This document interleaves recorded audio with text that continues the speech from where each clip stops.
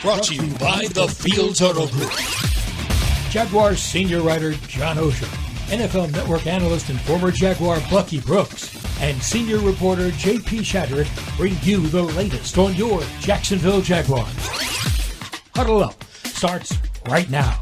It is Wednesday. It is Huddle Up with Bucky Brooks, J.P. Shadrick, and John Oehser at the Hyundai Studios at the Miller Electric Center in Jacksonville. Bucky Brooks in Los Angeles. Busy show ahead. The Ravens and the Jaguars coming up on Sunday Night Football in Week 15.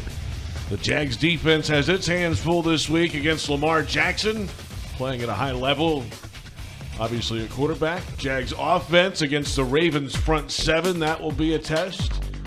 The AFC playoff race is heating up, and communication has been the buzzword around the Miller Electric Center after last week's game in Cleveland. Huddle Up with Bucky Brooks is brought to you by Fields Auto Group Jacksonville. Step up to luxury, fieldsauto.com.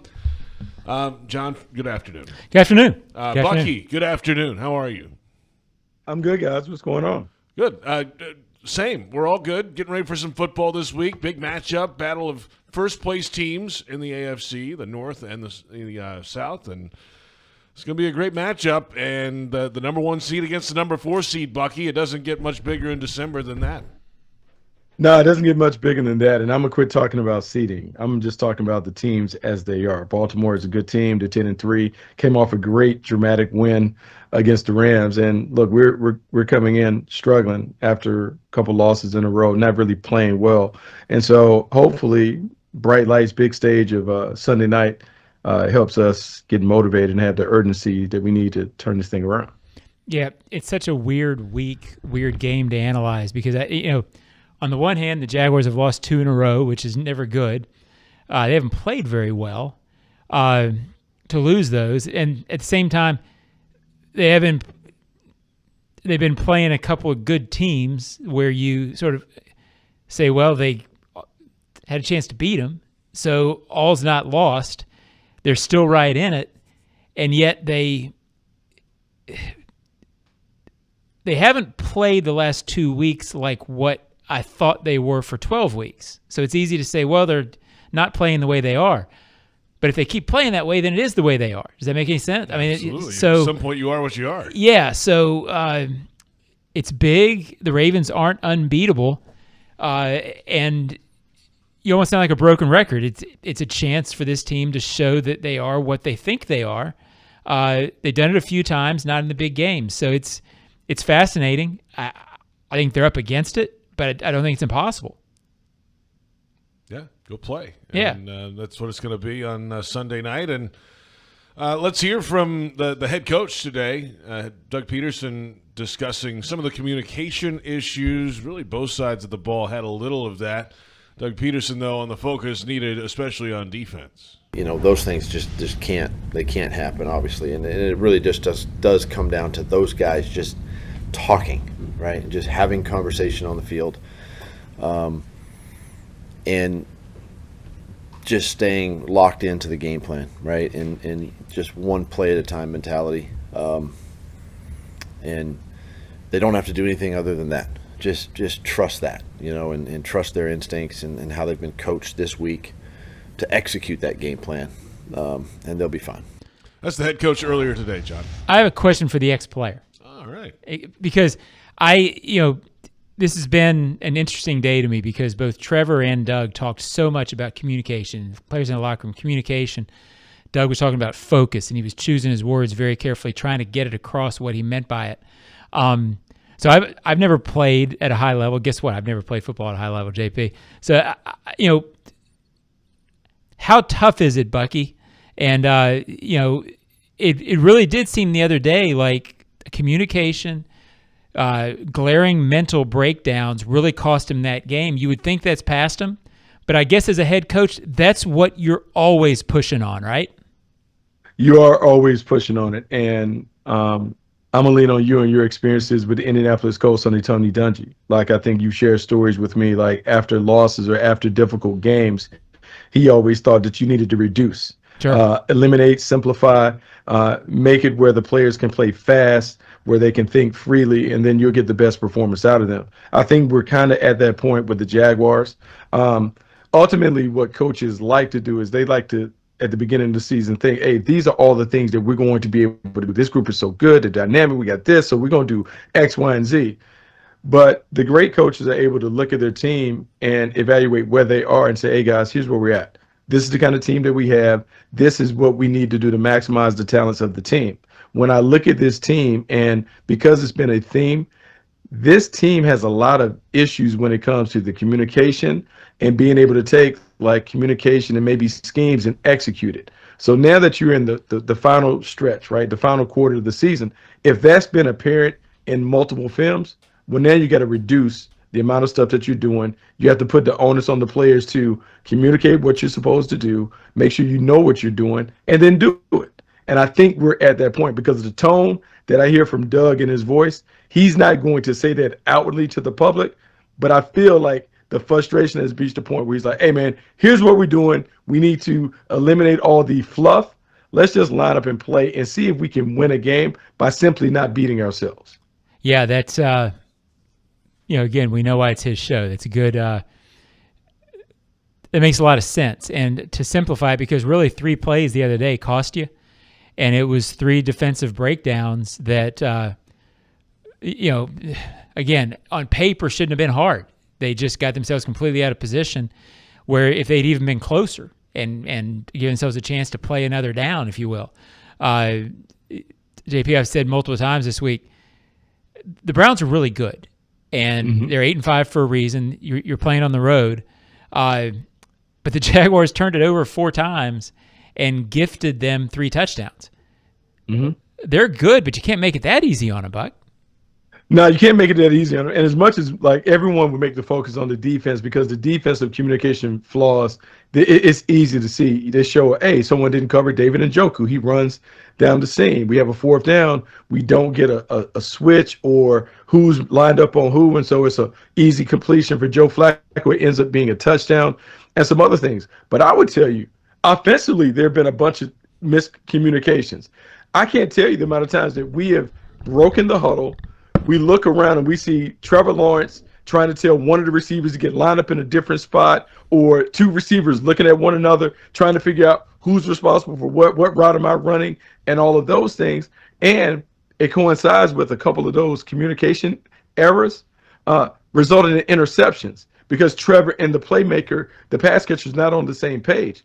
So when Doug talks about the entire team communicating, that's what it stems from, because there just been things that should be very, very simple when it comes to execution, but they're not getting done because people don't know what they're expected to know, and then they're trying to communicate it at the last minute, and it's not getting done. It's not getting relayed to all of the people that need to know the information. And there were a couple instances where, they maybe got the play in late too. They had a couple of delay of games. The clock's ticking. You're trying to communicate. All of a sudden, you either got to call timeout or you get the flag, and that adds on to it. Yeah, 8 pre-snap penalties in the last 4 games. I mean, in the last 2 games, and maybe they're not all attributed to what we're talking about, but it seems like a symptom. All right, we've got yes. Let me jump in, because John, you mentioned something. Now I want to make sure that all of our listeners and stuff understand this. So there are great coaches that talk about the don't beat ourselves, the DBOs. Your coaches talk about it in a few different ways, and the DBOs, there's 3 of them. Number 1 is turnovers. Turnover is the biggest deciding factor in games. If you lose the turnover battle, you're going to lose the game. The second thing, pre-snap and foolish penalties.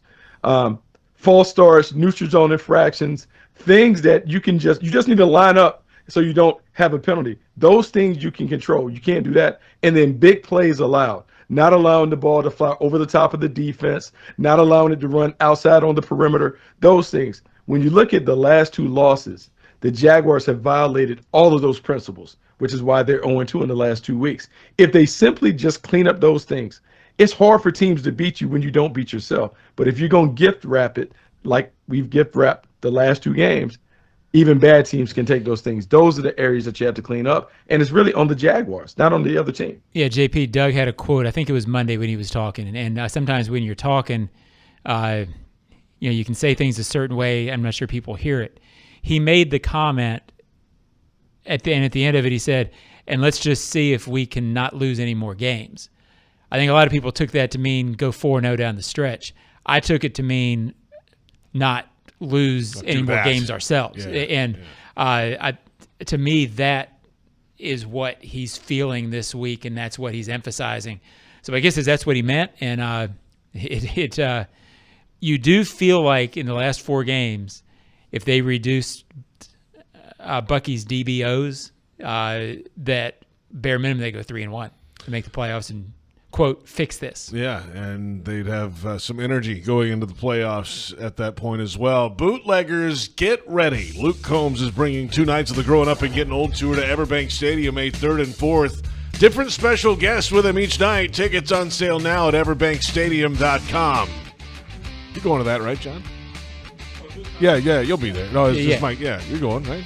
I mean, it's 2 nights, so both nights. You're going to go both nights. Oh. Why wait? I may stay here. Why would you go one when you can go both? You have a cot, right? Yeah, basically. We're back in a moment. We'll take a look at this Ravens defense. Really highly rated group coming into the bank this Sunday. And this is Huddle Up with Bucky Brooks.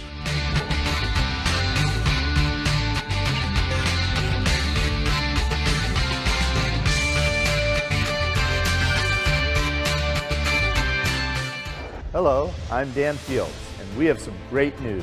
Fields has the vehicle you want, in stock, priced right, and ready for delivery. Fields Auto Group is Jacksonville's luxury automotive destination for Cadillac, Jaguar, Land Rover, Lexus, Mercedes-Benz, and Porsche. Inventory is back and available for immediate delivery. And every Fields customer can take advantage of our Fields Amenities program with complimentary loaners, car washes, and our cafes. You deserve the best. Stop by today or go to fieldsauto.com. Calling all Jags fans. Is your little one ready to become a junior Jaguar? Now through January 2nd, MyGate rewards loyalty members who buy 2 20-ounce Coca-Cola participating products will be entered to win one of 10 behind-the-scenes experiences at Everbank Stadium for your child. Plus, you'll earn a 10-cent rollback at the pump, a win every time.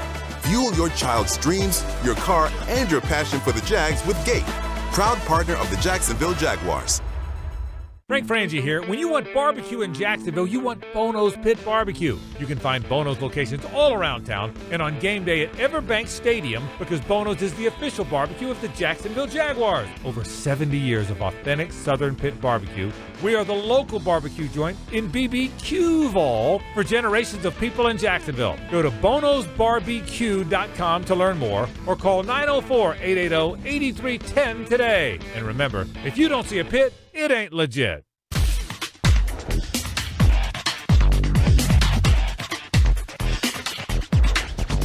The tape is usually never as good or as bad as you think. So you watch it and it is what it is. There's corrections. Obviously there's things that we did in the game that are uncharacteristic and mistakes, all the way around that we can't make. But it is what it is, and you got to correct them and move on. And same thing when you feel like you played great, there's usually stuff on the tape where you're like, maybe I didn't play as good as I thought I did. I left a lot out there. So good or bad, you got to assess it and you got to look at it for what it is, and you got to make the adjustments and corrections moving forward. And we had a great start to the day today and got practice obviously here in a little bit, and be important to be sharp and just communicate and all those things, which we've already kind of, fixed a lot of the issues. So I feel really good about it. There you have it, the quarterback, Trevor Lawrence, speaking today earlier. And welcome back. It's Huddle Up with Bucky Brooks on Wednesday, heading to Week 15, and the Jaguars and the Ravens get it on Sunday night, 8:20 kickoff time at the bank under the lights, Sunday Night Football. And the full press conference from the quarterback, by the way, available at Jaguars.com or the Jaguars YouTube channel. And the perfect holiday gift is here. Grab your Jaguars holiday pack and get a Jaguars blanket and a ticket to the Panthers game.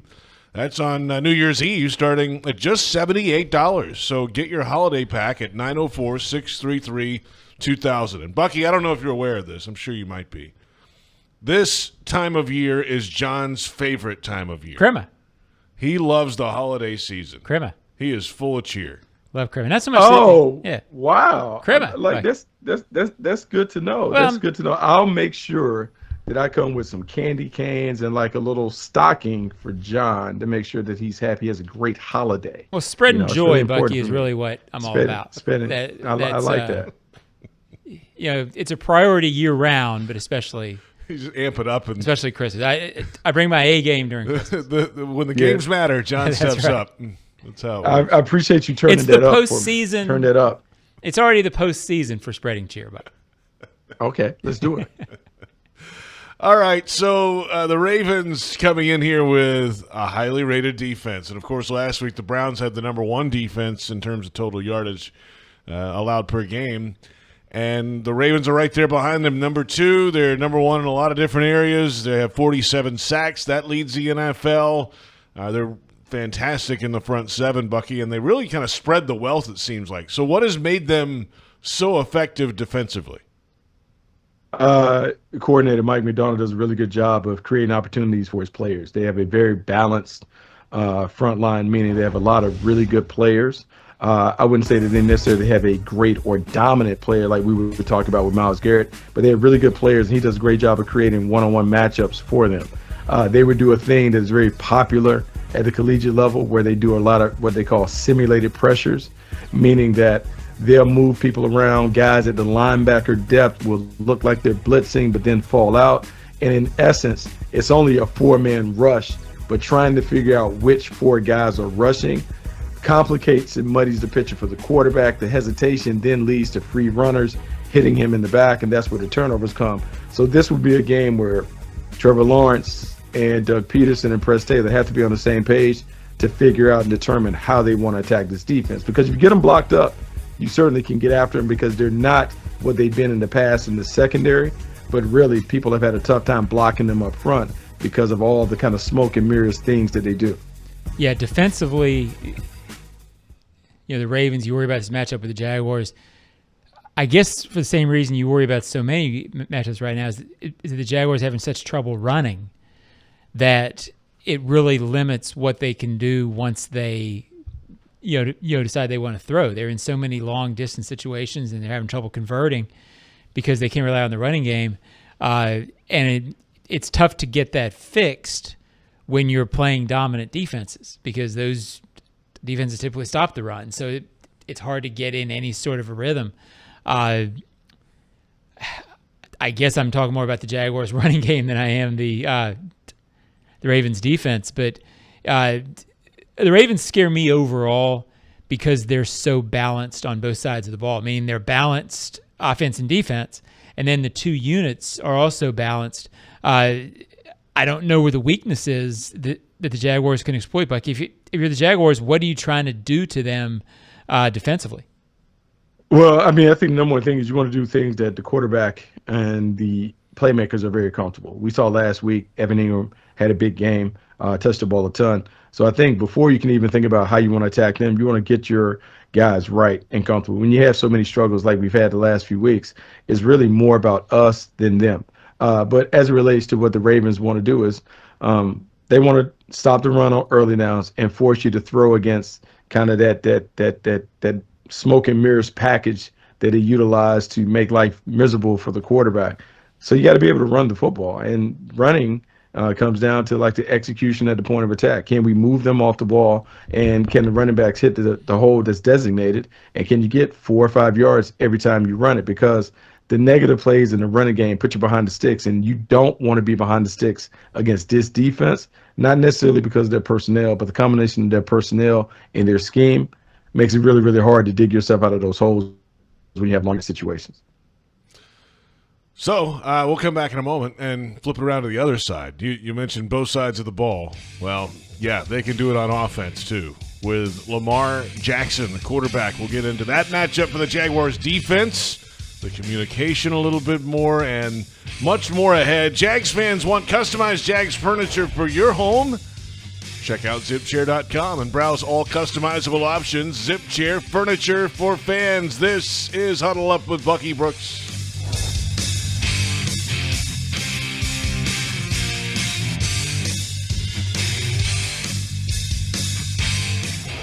Hello, I'm Dan Fields. And we have some great news.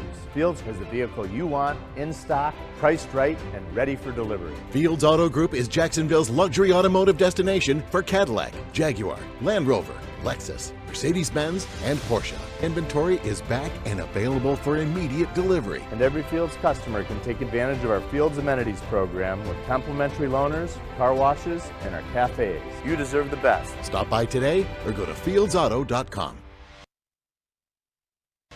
Are you ready to elevate your tailgate experience, Jaguars fans? Citrus Distillers, a proud partner of the Jacksonville Jaguars, is excited to announce the 2023 Jaguars Limited Edition Whiskey Bottle. Now available at Total Wine and other participating retailers. Elevate your tailgate experience, Jaguars fans. The 2023 Jaguars Limited Edition Whiskey Bottle. Duval! Hey Florida, this is Luke Fortner, center for the Jacksonville Jaguars. We all know the rush of a good game, but there's no winning with aggressive driving on our roads. It's all about strategy and control. Embrace the space with the driver in front of you, go the speed limit, and use that blinker. These are the moves that make us all champions of the road. Target Zero is our game plan for safer roads and is a testament to our teamwork and dedication. Join me and let's get everyone home safely every single day.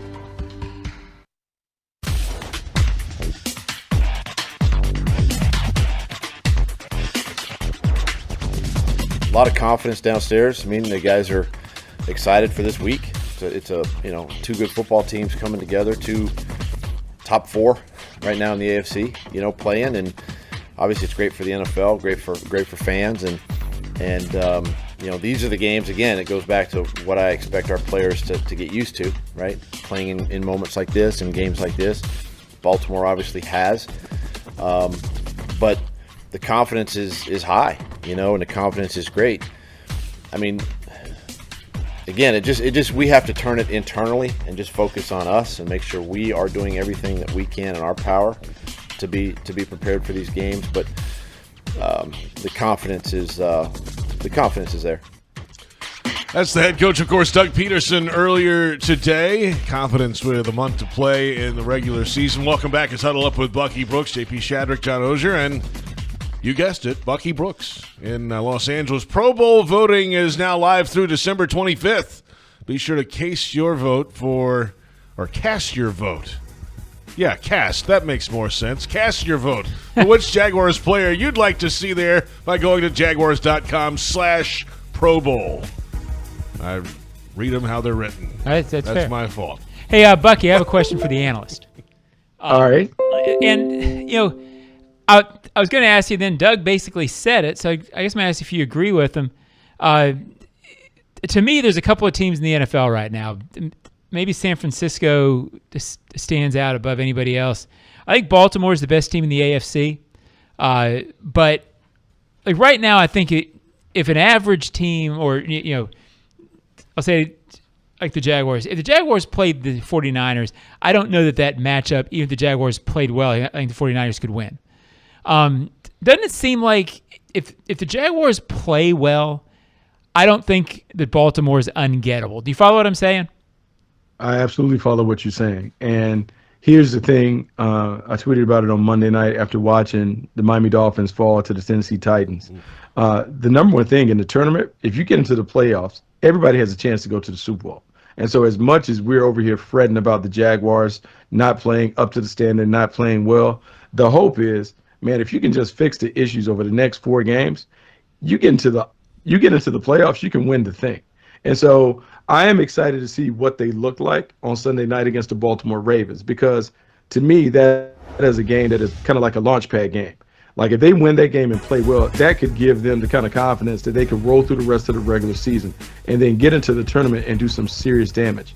Look, the Chiefs aren't what they were a couple years ago. I mean, you look at the rest of the teams at the top of the charts. I mean, look, you have to take your chances that if Jacksonville plays well, they can beat anybody. So, like the Niners are a dominant team in the NFC, but they got to worry about their own side of it. But for the Jags, look, there's a path for them to get to where everyone wants to see them. It's a matter of fixing the issues so you can play their best, because if they play their best, they can beat anybody. Yeah, and to me, Launchpad game makes sense. It could go one of two ways, obviously. If you lose it, it's not. You beat the Ravens. The Ravens' schedule is pretty tough in those last 3 games. You beat the Ravens. In the Jaguars' schedule, you have Tampa, Carolina, and Tennessee. Objective people would look at those and call them winnable games. Jaguars win out, with Baltimore seeming to be the toughest of that. The number 1 seed is there. Oh, sure. And so it's not unattainable, and some team is going to get hot in the AFC and run the table. If the Jaguars win this one, it's gettable for them, I think. So now I'm not saying the way they've played last 2 weeks, you can't predict that, but weirder things have happened. Yeah, if you're into like the percentage chances of that, I think I saw on NBC, it's like 5% chance of the Jaguars being the number 1 seed, but it's not 0. Yeah, and to me, if you win Sunday, that number changes a lot. I don't know what that number would be. Sure. But absolutely. It's just hard if you've watched them play the last 2 weeks with the errors. You make those kind of errors, Baltimore's going to roll you. So most teams are going to beat you. Yeah, so it's I guess, Bucky, what I said to somebody yesterday really plays into this. This is what contending in the NFL looks like usually. There's some years where you're the 49ers where you feel like, hey, we're the best team. We're going to go after it. But usually when you're contending, you're playing December games where you look at the Ravens. That's going to be hard. This is what it's usually like, and I think we're just sort of not used to it because we haven't covered it in a long time. Really. No, ever. No. I think there's something to it, and you have to get used to that part of it. You know, I laugh because the Jaguars are sitting at 8-5, and I remember for years just being desperate for the Jaguars to have a winning team, and so they've already gotten to that point where they're winning, and now it's about winning at a higher level. But to do that, they have to learn the process, and it's really hard to go from good to great. And they're learning how difficult that is because it requires a level of consistency and a high level of attention to detail. And right now, we're not seeing the consistency and attention to detail. That said, there's still time to turn this thing around. And you're hopeful that over the course of the practice week, like listening to Trevor, watching him at the presser, one, he looks upbeat and optimistic. He talked about fixing some of those things. And then listening to Doug talk about, hey, man, we want to get used to playing in these kind of games.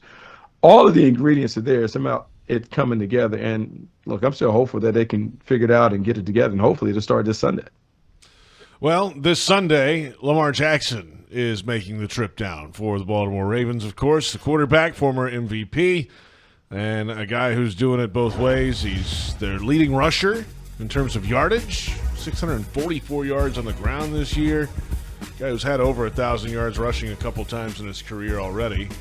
And he's going to surpass 3,000 passing yards for the season, most likely, this Sunday with only 66 yards to go to get to 3,000.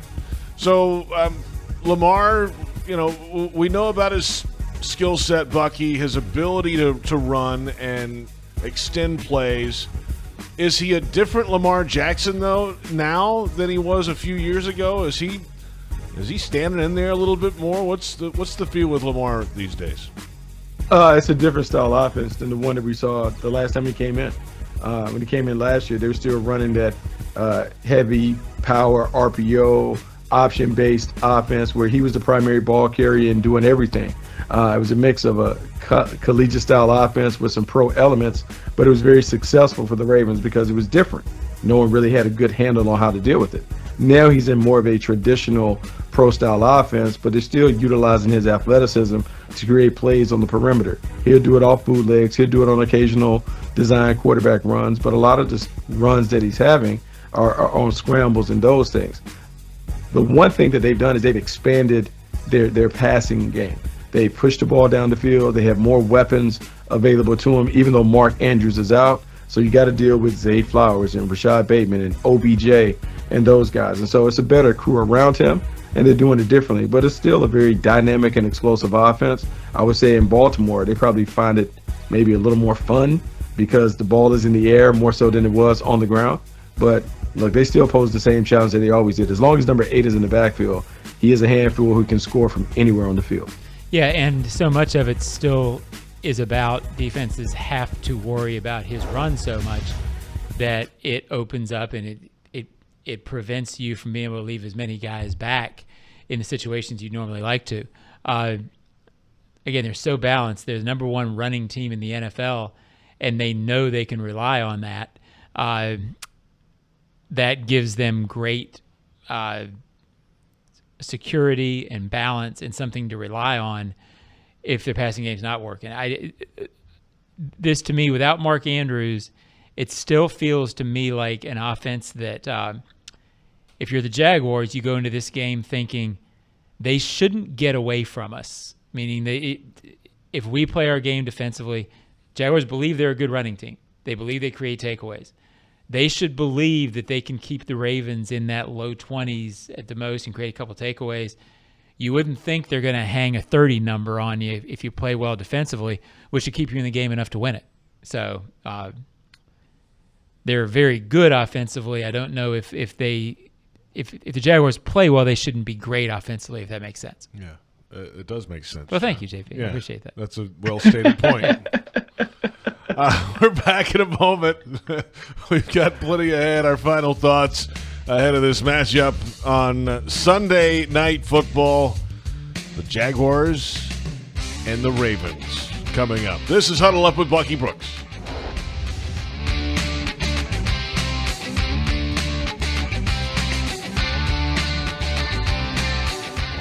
Hello, I'm Dan Fields, and we have some great news. Fields has the vehicle you want, in stock, priced right, and ready for delivery. Fields Auto Group is Jacksonville's luxury automotive destination for Cadillac, Jaguar, Land Rover, Lexus, Mercedes-Benz, and Porsche. Inventory is back and available for immediate delivery. And every Fields customer can take advantage of our Fields Amenities program with complimentary loaners, car washes, and our cafes. You deserve the best. Stop by today or go to fieldsauto.com.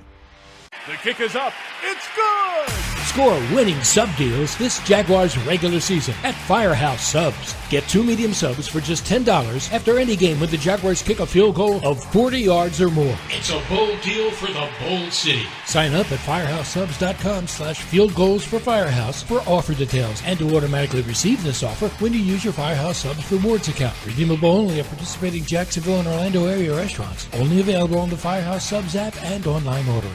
As the official ticket marketplace of the Jacksonville Jaguars and the NFL, Ticketmaster has a wide selection of tickets available for every game. Whether you're cheering on the Jaguars at home or away, Ticketmaster has you covered. With Ticketmaster's interactive seat map, you'll get a 360-degree preview of your seat so you can make sure you've got the best view of those pivotal plays. Plus, the Ticketmaster app makes it easy to sell or transfer tickets if your plans change. And mobile tickets make getting in on game day a breeze. Find tickets today at Ticketmaster.com/Jaguars. That's Ticketmaster.com/Jaguars.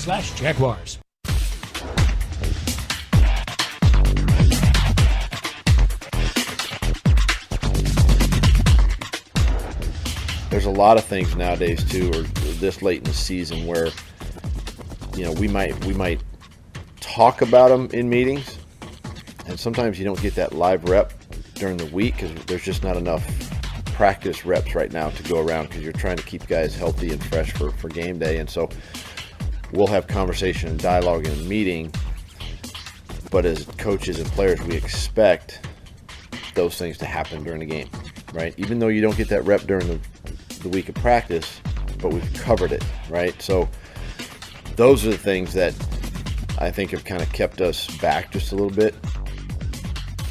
That's the head coach, not the quarterback. He is a quarterback, I guess, by trade. Sure. Yeah. Doug Peterson. Yeah, head and coach I today. think Bucky in there is maybe a little bit about what you're talking about. Maybe simplify out of that a little bit, where if you haven't repped it, you lean toward not running it because you just want to make sure the execution's there. And I don't know if that's right or not, but it just strikes me that so much of our conversation today is about that, is about just being on point every play and the mental energy that takes and the focus that it takes. And it was, frankly, an inordinate amount of Doug's press conference today was spent on that and just his, I don't call it frustration, but his focus on it. And you can just tell that, to me, he firmly believes that's the number one thing with this team right now.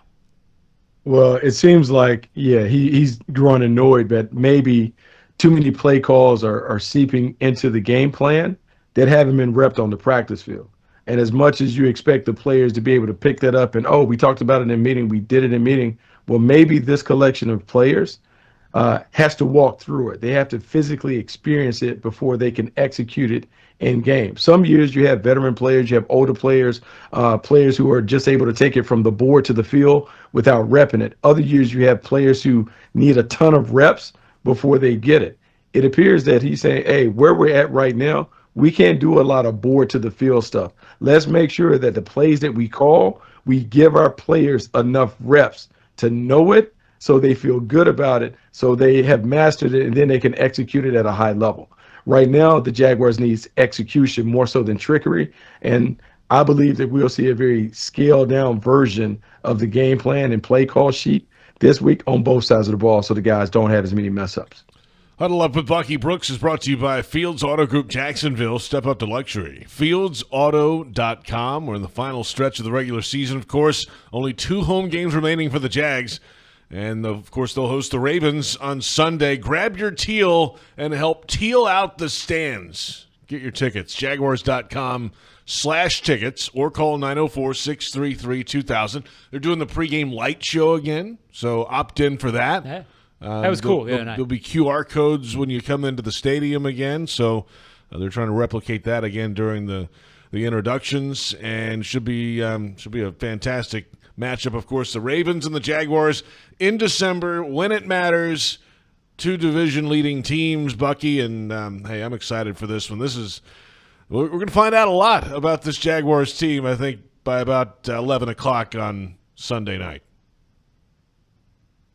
I mean, look, I think this team is going to play well. I think everybody's on the same page, and I think Doug Peterson is a little ornery and prickly, and I think he's probably conveyed that message to the players and coaches, how he wants this team to go. I think you can see them play and utilize their best plays, the plays that have been their day one plays. They can work on execution as opposed to all of the fluff and other stuff. I don't think you'll see a lot of the tricks and gadgets and, this is cute, let's do this to get 4 yards. I think you'll line up and see them line up and play. And if they do that, they're going to have a great chance to win. And I think they will win because they all understand what's at stake. And I think they all sat there and watched on Monday night and were able to look at the Miami Dolphins falter and look at the Green Bay Packers lose to the Giants and say, guys, each and every week, these are 7-point games. And if we play well, we can win them all. I think it's time for the Jaguars to turn the corner. I expect to see it on Sunday. Again, a lot of these games here have been fascinating. This one, to me, is fascinating. As Bucky said, launching pad game is sort of stuck in my mind from this show. It's got a chance to be. How much different do you feel as a fan and observer of this team if you walk out of that stadium on Sunday night with a win and you're 9-5 and everything's in front of you then you're one of the, you're again one of those teams that deserves to be talked about the way you want to be talked about. Just got to go out there and do it. And they've got the opportunity on Sunday night on NBC. And the Jaguars and the Ravens coming up. Bucky, have a great week. We'll talk to you, man. Have a good one. No, it should be fun, man. Looking forward to it. All right, Buck. Bucky Brooks out of here. John Oehser out of here. JP Shadrick. Thanks to our entire crew. Yeah, I'm still here. I got a few things to get done here. Joe Fortunato, David Cho, Brent Reber, our entire crew. Thank you for watching. It's Huddle Up with Bucky Brooks.